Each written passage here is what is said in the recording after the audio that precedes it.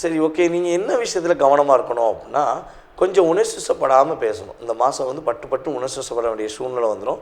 So கொஞ்சம் கவனமாக இருங்க. அப்புறம் ஆன்லைனில் ஒரு பக்கம் லாபம் வரும்னு சொன்னேன், இருந்தாலும் அதிக முதலீடு போட்டு ஏமாந்துடக்கூடாது. அதே போல் புதியதாக யாராவது ஒரு விஷயத்தை உங்களை பண்ண சொல்லி ஊக்கப்படுத்துகிறாங்க, உங்களை என்கரேஜ் பண்ணுற மாதிரி ஒரு விஷயம் செயல்படுத்துகிறாங்கன்னா, அந்த செயல்பாடுலேயும் ரொம்ப ரொம்ப கவனமாக இருக்கணும். உங்களுடைய சிந்தனை, உங்களுடைய செயல்பாடு எல்லாமே சரியாக இருக்கும், நீங்கள் சரியாக தான் செய்வீங்கிற உங்களுடைய முழு நம்பிக்கை வந்தால் மட்டும் எதையும் செய்யுங்க. அவசரப்பட்டு செய்ய வேண்டாம். ஓகேவா?